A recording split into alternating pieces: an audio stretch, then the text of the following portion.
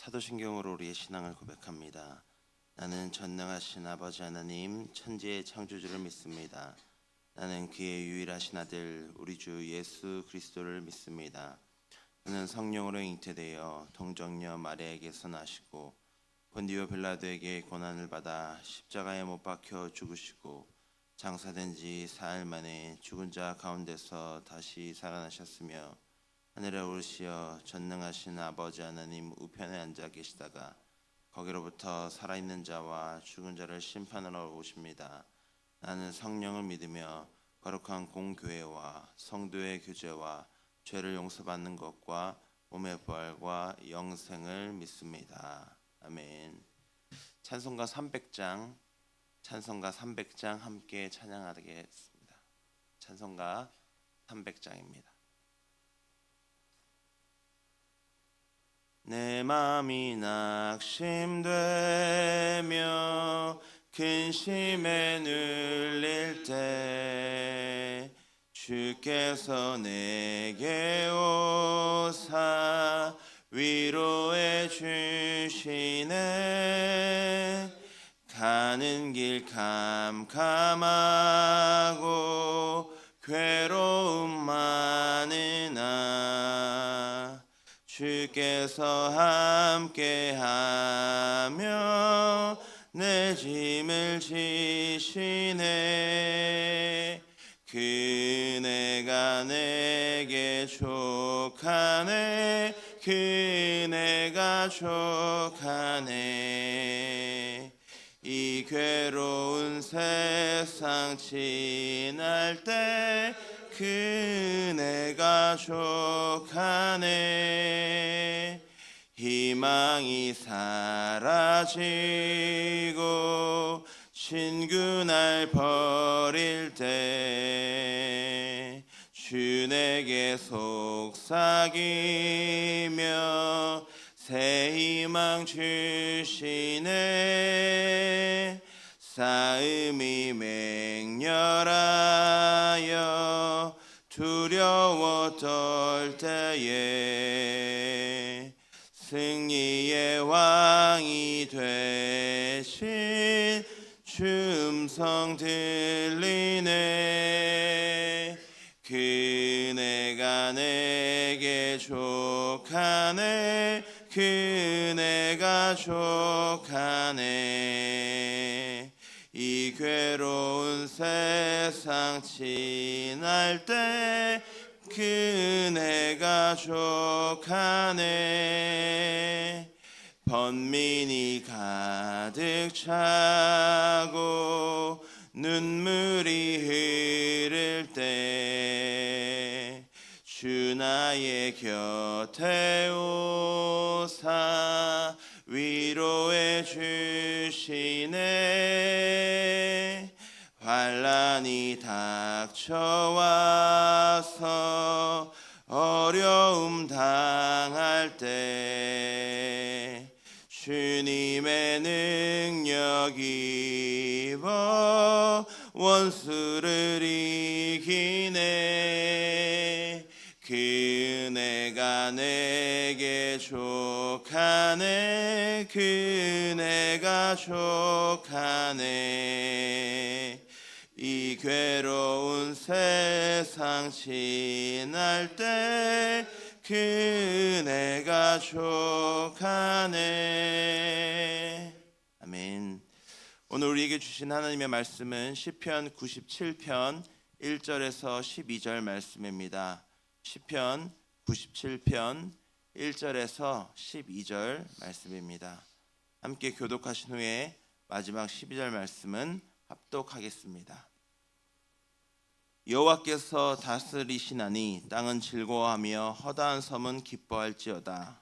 구름과 흑암이 그를 둘렀고 의와 공평이 그의 보좌의 기초로다. 불이 그의 앞에서 나와 사방의 대적들을 불사르시는도다. 그의 번개가 세계를 비추니 땅이 보고 떨었도다. 산들이 여호와의 앞 곧 온 땅의 주 앞에서 밀랍같이 녹았도다. 하늘이 그의 의를 선포하니 모든 백성이 그의 영광을 보았도다.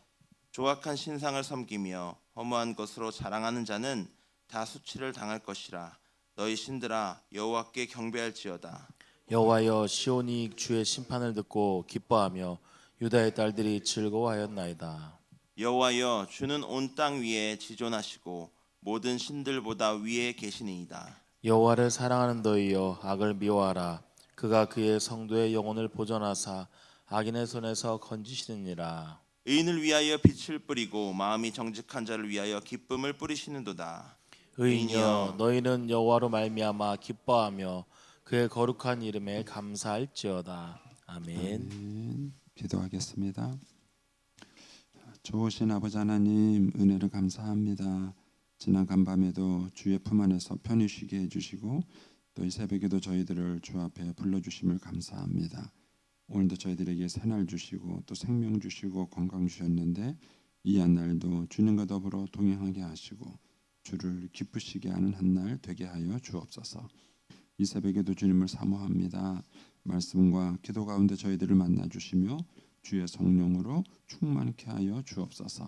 기도의 영을 부어 주시고 마땅히 간구할 것들로 기도할 수 있게 하여 주옵소서. 주님께 감사의 예물 또 일천번째 예물 드립니다. 믿음으로 또 순종으로 감사로 드리는 예물을 주님 기뻐 받아 주시고 약속하신 하늘의 복과 땅의 복으로 충만하게 채워 주옵소서. 주의 은혜로 종의 가정들을 형통케 해주시며 그 자녀들을 축복하여 주옵소서. 예수님의 이름으로 축복하며 기도하옵나이다. 아멘.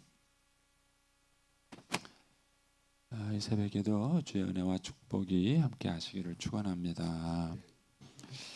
이 시편 97편은 이제 그 왕이 등극하는 그런 시입니다.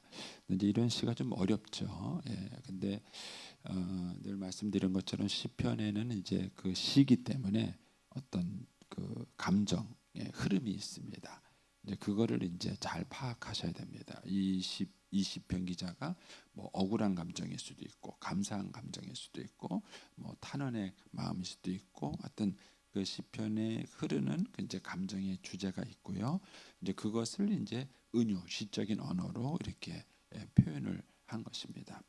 오늘 시편의 주제는 이제 의입니다. 공의가 이제 오늘 시편의 큰 주제가 되는 것입니다. 먼저 1절에 보시면 여호와께서 다스리나니 땅은 즐거워하며 허다한 섬은 기뻐할지어다. 이 1절이 시편 97편의 가장 핵심과 주제가 되는 얘기예요.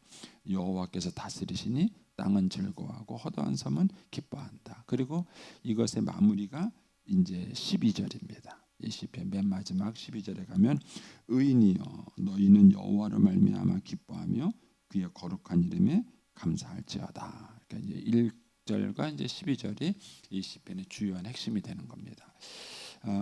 이렇게 그 한번 생각을 바꿔보세요. 여러분들이 어린 시절에 집에 아버지가 계시면 편안하셨어요? 불안하셨어요? 잘 모르세요. 기억이 안 나세요. 그러니까 집에 아버지가 계신 것이 편안할 수도 있고 불안할 수도 있습니다. 이제 아버지가 만약에 집에 있으면서 막 승질이나 내고 화만 내고 뭐 소리나 지르고 물건이나 집어 던지고 그러면은 아버지가 집에 있는 게 좋을까요? 싫을까요? 싫죠. 불안합니다. 애가 불안해요. 근데 반면에 이제 아버지가 자기를 보호해주고 자상하게 자기를 돌봐주고 그런 아버지라면 어떡할까요? 좋죠. 거기다가 더 좋은 아버지는 뭐냐면은 자기하고 놀아주는 아버지입니다. 저도 어제 우리 아라하고 아름이하고 많이 놀았어요. 장 목사님 부부가 바나바 훈련 가니까 이제 우리 딸이 애를 봐주는데 저는 곁다리로 하여튼 들어올 때부터 잘 때까지 입에 붙는 게 놀아주세요. 요거 갖고 와서 놀아주세요. 저거 갖고 놀아주세요. 좋은 할아버지 되기가 쉽지 않습니다. 자, 근데 이제 아이가 아버지가 집에 있을 때 편안하게 생각하는가 불안하게 생각하는가. 근데 이 시편 기자는 뭐라 그러냐면은 여호와께서 다스리시니 이렇게 말하는 이 얘기는 여호와가 집에 계시니 그런 거예요. 여호와가 집에 계시니까 어떻다? 즐겁다, 기쁘다. 즐겁다, 기쁘다. 예. 우리가 이제 하나님께서 이제 이 세상을 다스린다는 것이 우리에게 기쁨과 평안이 되는가 하는 것입니다. 하나님은 공의의 하나님이세요. 그러니까 저와 여러분이 세상을 살아가면서 상처받는 많은 것들은 분하다 이거예요. 분하다, 억울하다 이거. 그러니까 사람들은 이런 분하고 억울한 생각들을 가지고 살아가요. 근데 다 옳은 건 아니에요. 그 사람들이 갖고 있는 그 분함과 억울함이 다 옳은 건 아니지만 어쨌든 많은 사람들의 마음속에 있는 것은 뭐냐면은 내가 분하다, 내가 억울하다, 내가 정당한 대우를 받고 있지 못하다 그런 거예요. 그래서 그런 것들에 대해서 누군가가 정당하게 나를 평가해 줬으면 좋겠어요. 예? 바르고 공의롭고 정당하게 평가를 해줬으면 좋겠다는 겁니다. 그래서 공의라는 것이 우리의 인생과 삶에 있어서 얼마나 중요한지 모릅니다. 부모님들이 자녀들을 기를 때 조심할 것이 그 부분이에요. 공의한가, 공의한가 하는 것입니다. 그래서 부모가 자녀들을 공평하게 한다는 것이 참 그게 쉽지 않습니다. 제가 뭐 여러분에게 여러 번 얘기했지만 저는 아이들 셋을 키우면서 아이들을 공평하게 대하려고 애를 썼어요. 그런데 공평하게 대하는 게 공평하지 않은 거예요. 그러니까 그 아이의 특성이 다 다르기 때문에 그 아이의 특성에 맞게 한다는 게 그게 어려운 거예요. 그래서 사실 공의라는 게 그냥 무 자르듯이 탁 자르는 게 공의가 아니에요. 무 자르듯이 탁 잘라서 너 반, 너 반 이렇게 주는 것이 공의가 아니에요. 만약에 하나님이 그렇게 공의를 했다면 무서운 분인 거예요. 무서운 분이에요. 그러니까 하나님은 이를 참 공평하게 하면서도 그 안에 뭐죠? 사랑과 긍휼이 있는 것입니다. 그래서 아빠 엄마가 이 문제를 잘 해결해 주면 가정 안에서 아이들의 다툼이 적어요. 그래서 부모들 사이에서 이 자녀들 사이에 화평하게 만들어 주는 것이 부모의 책임입니다. 사실은 그 중에 하나가 뭐냐면은 질서예요. 질서. 그래서 형 동생분들 요 질서가 깨지지 않도록 해주는 것이 되게 중요합니다. 특별히 연년생일 경우는요 굉장히 이 부분이 어렵습니다. 그래서 야곱은 평생 에서의 억울하잖아요. 늦게 태어난 게 그래갖고 평생 싸우지 않습니까? 그런데 쌍둥이가 몇 분 만에 다르게 태어났는데도 불구하고 형 동생을 분명하게 해주는 이유가 뭐냐면 그 질서를 바로 세워주지 않으면 계속 분하고 억울한 일이 계속 생기는 거예요. 그래서 형제들 사이에 계속 갈등과 고민과 어려움이 생깁니다. 근데 부모가 이 문제를 어떻게 정리해 주느냐는 거예요. 부모가 이 문제를 잘 정리해 주게 되면은요 자녀들 사이에 갈등도 적게 되고요 상처도 적게 되고요 화목하게 되는 거예요. 부모가 그 역할, 부모가 결국은 공의롭게 한다는 것은 공의롭게 한다는 게 목적이 아니라 어떻게 그 자녀들이 서로 사랑하며 살아갈 수 있도록 만들어 주는가 하는 것입니다. 그런데 이제 우리가 사는 세상은 공의롭지 않습니다. 이미 하나님께서 의도한 세상이 아니라 아담과 하와의 범죄로 타락하고 부패한 세상이기 때문에 우리가 사는 세상은 여러분들이 어디를 가도 공평하게 대우받지 못합니다. 궁금하시면 천국 가시는 게 제일 빨라요. 이 땅에서는 어느 곳에 가더라도 여러분들이 공평과 정의를 찾기가 쉽지 않습니다. 그런데 이런 세상 속에서 이제 우리가 살아가는 궁극적인 방법은 뭐냐면은 하나님의 통치예요. 하나님의 통치입니다. 그 하나님께서 이 세상을 다스리신다는 거예요. 자, 근데 어떻게 다스리시는가? 이 시편 기자의 노래를 한번 보십시오. 자, 2절 가서 보십시오. 구름과 흑암이 그를 둘렀고 의와 공평이 그 보좌의 기초로다. 그러니까 구름과 흑암이 그를 둘르듯이 의와 공평이 그를 둘렀습니다. 이것은 굉장히 함축적인 언어예요. 구름과 흑암이라는 것은요, 이렇게 구별, 경애를 말합니다. 그래서 여러분들이 출애굽기나 이제 뭐 신명기나 이런 데 보면은 하나님께서 이스라엘 백성들에게 현현할 때, 나타날 때 항상 뭐였죠? 구름 속에서 나타나요.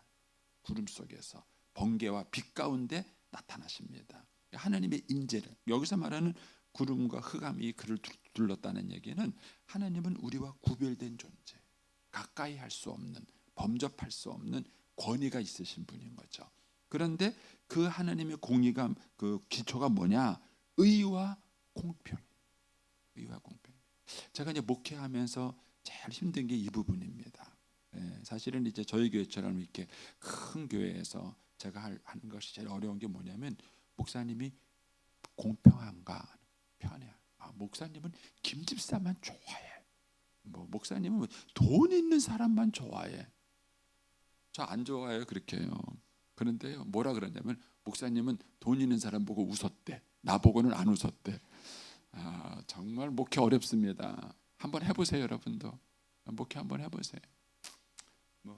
그거를 무의식 중에 제가 알고 웃었는지 안 웃었는지는 저도 모르겠어요. 저도 제 얼굴 보다는 거 아니니까. 이제 그렇게 안 하려고 노력을 많이 해요. 근데도 성도들이 많이 불평하는 게 뭔가냐면요, 목사님 편해야 한다는 거예요. 돈 많은 사람 좋아한다는 거예요. 그래서 목회하면서 공평한다는 게 이게 참 이게 어렵습니다. 사실 부모도 마찬가지 아니에요. 부모가 자식들을 편애합니까? 편애하는 분도 있긴 있더라고요. 아들, 딸 편애하는 분이 있긴 있더라고요. 그러나 모든 부모의 마음은 똑같잖아요. 깨물어서 아프지 않은 손가락 어딨냐 이렇게 말하듯이 모든 부모들은 자녀들을 다 사랑하고 잘 대하려고 그래요. 근데 자녀들의 불만은 뭐죠? 엄마는 형만 좋아해. 엄마는 동생만 좋아해. 그렇게 말하는 거예요. 그러니까는 그런 자녀들 앞에서 이게 공평하게 한다는 게 쉬운 게 아니에요. 근데 그게 사랑의 기본이에요. 공평하게 하는 것, 불평하지 않게 하는 것. 그런데 하나님의 그 왕자의 기초가 뭐냐? 의와 공평이에요. 하나님의 보좌의 기초가 뭐냐? 의와 공평입니다. 그래서 이제 3절에는 그 공의로우신 하나님의 심판의 모습을 표현한 것입니다. 불이 그 앞에서 나와 사방의 대적을 불사르고 그의 번개가 세계를 비추니 땅이 보고 떨었도다. 산들이, 여기서 이런 것들은 다 은유법이에요. 권력자들을 말하는 거죠. 그들이 여호와 앞 곧 온 땅 주 앞에서 밀랍같이 초가 녹는 것처럼 녹았다. 우리가 이제 이 세상을 살아가면서 이 하나님의 공의가 있느냐 하는 것입니다. 우리는 수없는 부당하고 억울한 일을 당해요. 근데 사실 나중에 하늘나라 가면은 그렇게 많지 않다는 걸 깨달을 거예요. 근데 어쨌든 내가 볼 때는 부당한 거예요. 내가 볼 때는 부당하고 억울하고 분한 일들이 우리는 너무 많아요. 그리고 그런 것들 속에 살아가는데 그 마음을 어떻게 해소할까요? 그 마음을 해소할 수 있는 것은요, 하나님이 내 원수를 다 때려잡는 데 있지 않습니다. 아마 하나님이 내 원수를 다 때려잡으면 나만 살고 다 죽을 거예요. 인간의 마음이란 그렇게 공평하지 않습니다. 그런데 중요한 것은 뭐냐면은 공의로우신 하나님이 이 세상을 다스리신다는 믿음이에요. 여러분, 그것이 저와 여러분이 세상을 살아가면서 분하고 억울한 일을 당하고 극복하는 방법입니다. 우리가 세상을 살아가면서 수없는 부당한 일을 겪어요. 그런데 그것을 견뎌낼 수 있는 힘은 뭐냐? 공의로우신 하나님이 이 세상을 다스리신다는 거예요. 그래서 결국은 불의한 방법으로 가지 않는다는 겁니다. 저는 이제 그렇게 긴 인생은 아니지만 제 인생과 목회를 뒤돌아보고 저도 이런 일도 많았고요. 또 제가 성도들을 보면서도 그런 일을 당하는 분들도 많이 봤습니다. 그런데 긴 세월을 놓고 보니까는요, 하나님이 공의하세요. 반드시 하나님은 공의롭게 인생을 끝내십니다. 그러니까 저와 여러분이 이 믿음이 있으셔야 돼요. 삶의 순간 속에서, 짧은 안목 속에서는 불평스럽고 또 부당하고 억울한 일이 있을지 모르겠지만 공의로우신 하나님이 반드시 역사를 주관하시고 이 세상을 주관하기 때문에 그 하나님께서 공의로 세상을 심판하신다는 겁니다. 이 시편 기자는 이제 그 하나님의 의를 노래하는 겁니다. 그래서 6절에 이렇게 말한 겁니다. 하늘이 그의 의를 선포하니. 이거는 온 천지를 말하는 거예요. 하늘이라는 단어를 통해서 온 천지가 어느 곳에 가든지 간에 하나님의 의가 있다는 거예요. 그래서 모든 백성이 그의 영광, 하나님의 영광을 보았다. 의로우신 하나님의 영광을 보았다. 그래서 아마 여러분들도 여러분의 인생의 뒤를 가만히 뒤돌아보면 여러분이 만약에 이 공의하신 하나님을 의지하고 살았다면 하나님께서 여러분의 삶을 공의롭게 인도하신다는 사실을 경험하시고, 하나님이 공의로 반드시 이 세상을 이끄시고 이끌어 가시는 분인 겁니다. 그래서 그 하나님의 공의로운 선포 속에 영광이 나타나 있는 것입니다. 이 6절의 감정을 표현하기가 참 어려워요. 근데 제가 이제 이런 생각을 해봤습니다. 그 솔로몬의 그 앞에 나온 두 여자가 이제 서로 이제 자기 아들이라고 막 하잖아요. 이때 그 지혜롭게 판결하는 솔로몬을 보고 진짜 엄마의 마음이 어땠을까? 그게 6절이에요. 그게 6절이에요. 그러니까는 그 하나님의 공의가 선포될 때 왕이 지혜롭게 탁 해갖고 진짜 엄마를 딱 찾아줄 때 그때 본 것이 이 여기서 말하는 영광을 보았다 하는 이 말의 의미예요.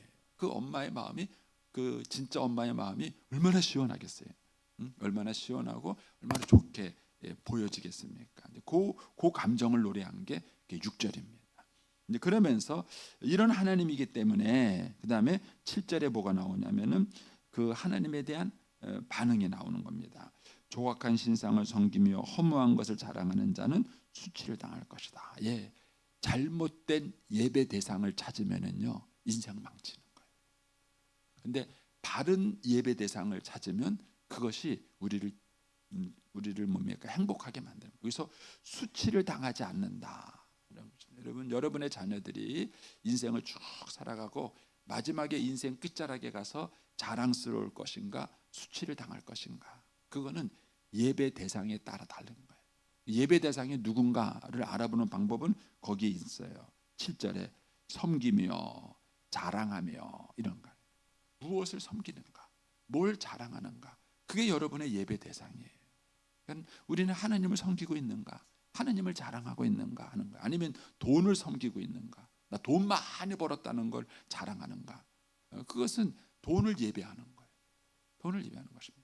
그래서 어떤 예배의 대상을 갖고 살아가느냐 하는 것이 인생의 수치를 당할 것인가 감사를 할 것인가 하는 것입니다. 그러니까 인생의 말년에 우리가 수치가 아닌 기쁨과 감사가 될 수 있는 방법은 바른 예배 대상을 찾게 하는 것입니다. 그게 예배의 중요성. 그래서 올 한 해 우리가 예배를 강조하지만 우리 아이들이 어렸을 때부터 정말 여호와를 경외한다면 그것이 그 아이를 지킬 거예요. 그래서 잠언에서도 뭐라고 말합니까?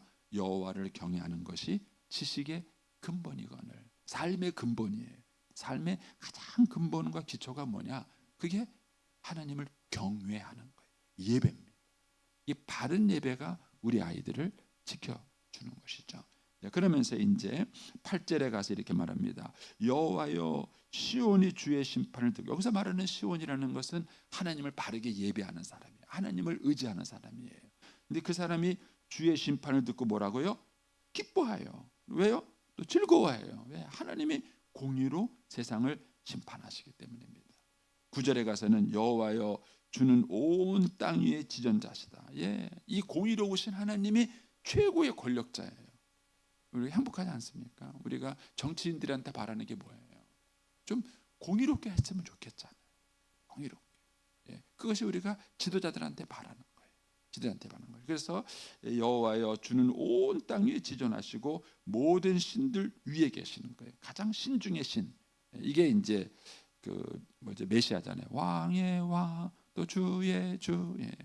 왕의 왕이신 그분이 온 세상을 다스리시는 것. 그것이 이제 우리의 기쁨이 되는 것입니다. 그래서 이제 10절부터 12절이 이 시편의 이제 결론과 같은 교훈이에요. 뭐라고 말하면 여호와를 사랑하는 너희여. 예. 이는 하나님이 공의의 하나님이기 때문에 우리가 하나님을 사랑한다면 뭐라고요?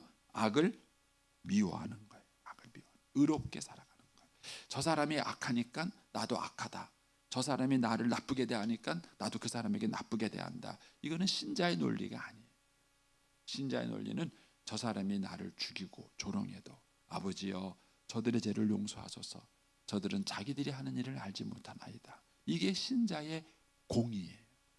신자의 공의. 그러니까 신자의 공의라는 것은 하나님의 공의를 믿고 반응하는 거예요. 하나님께 반응하는 거예요. 그게 이 시편 기자의 권면입니다. 그래서 이제 10절에 여호와를 사랑하는 너희여 악을 미워하라. 왜? 그가 그의 성도들의 영혼을 보존하고 악인의 손길에서 건지시기 때문에. 그래서 우리는 억울한 일을 당해도 하나님을 생각함으로 선으로 반응하는 것입니다. 이것이 이제 신자의 모습이죠. 그래서 11절의 표현이 참 재밌어요. 하나님은 의인을 위하여 뭘 뿌려요? 빛을 뿌려요. 빛. 여기서 말하는 빛이라는 게 공의, 의를 말하는 거죠. 하나님은 의인을 위하여 반드시 의를 심어주고 심판하셔요. 근데 뿌린다는 표현이 그다음 또 어디에 연결되느냐면은 마음이 정직한 자를 위하여 기쁨을 뿌린다. 이게 시적인 언어의 연관성이에요. 참 멋있죠. 빛을 뿌리고 기쁨을 뿌린다는 얘기는요, 신자가 어떤 상황에 대해서 하나님을 보고 불의한 상황에서 의롭게 반응하는 것은요, 하나님이 그 마음속에 기쁨의 씨앗을 뿌린 것과 똑같다. 시간이 지나면요 반드시 그 사람한테 기쁨이 찾아옵니다. 이것이 하나님의 공의를 신뢰하는 사람에게 주어지는 축복인 거예요. 그래서 지금 그 얘기를 이 시편 기자가 얘기하는 겁니다. 그래서 이제 12절에 결론처럼 이렇게 말하는 거. 의인이여 너희는 누구로 말미암아? 여호와로. 어떤 세상에서? 불의한 세상에서, 억울한 세상에서, 이런 세상에서 여호와로 말미암아 우리는 의롭게 살고 여호와로 말미암아 기뻐하라는 거예요. 그리고 그의 거룩한 이름에 감사하라 하는 것입니다. 이것이 이 시편의 흐름입니다. 그래서 이 시편 기자가 노래한 것처럼 어떤 공의와 의로움의 성품을 갖는다는 것, 그것이 참 사람들이 찾고 있는 모습이에요. 여기서 말하는 공의는 단순히 그냥 무자르듯이 탁 자르는 걸 말하는 게 아니에요. 하나님의 공의가 뭐죠? 하나님의 공의는 십자가입니다. 하나님의 공의는 십자가예요. 그래서 아버지가요 그냥 모든 걸 탁탁탁 옳게 그렇게만 하면은요 애들이 얼마나 무서워요. 그런 아버지는 무서운 거예요. 그런데 그거를 공의롭게 하면서도 너그러움과 긍휼이 있는 아버지, 그런 아버지가 집에 있으면은 아이들의 마음이 편안한 거예요. 그래서 이제 이런 질문을 한번 해보십시오. 내가 리더인 것을 사람들이 기뻐할까 무서워할까? 제 질문이 좀 어려워요. 아내가 나를 기뻐할까 무서워할까? 애들이 나를 기뻐할까 무서워할까? 어떤 마음입니까, 여러분? 이렇게 하나님이 다스리신다. 저분이 우리의 팀장이다. 저분이 우리 사장님이다. 요번에 저분이 나를 이끄시는 분이다. 요번에 팀장 너무 좋대. 뭐 이런 얘기들을 하잖아요. 안 하시는가요?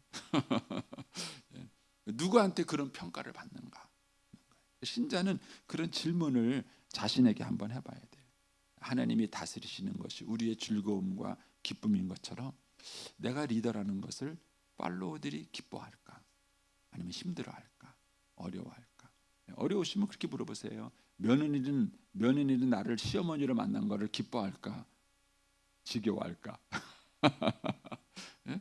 한번 질문을 해보세요. 그게 이제 모든 면에서의 리더의 모습입니다. 내 삶의 기초는 뭘까? 하나님의 삶의 기초는 의와 공평인데 내 삶의 기초는 뭘까? 이런 질문들을 우리가 오늘 말씀 묵상을 하면서 해볼 수 있습니다. 6절에 가면은 모든 백성이 그의 영광을 보았다 이렇게 말을 했는데 사람들은 나를 통해서 뭘 볼까? 사람들이 나를 통해서 억울하고 불평부당하고 말 그대로 유전무죄, 무전유죄를 볼까? 아니면은 사람들은 나를 통해서 하나님의 영광을 볼 것인가? 이런 질문들입니다. 이것이 이제 이 시편을 통해서 우리가 우리 자신에게 물어볼 수 있는 질문들입니다. 한번 잘 묵상해 보시고 정말 이 시편 기자가 노래한 것처럼만 우리가 살아갈 수만 있다면 가정이든 교회든 이 세상이든 정말 하나님 꿈꾸시는 그런 나라가 될 것을 믿습니다. 저와 여러분이 그런 좋은 그런 믿음의 신자가 되시기를 축복합니다. 기도하겠습니다.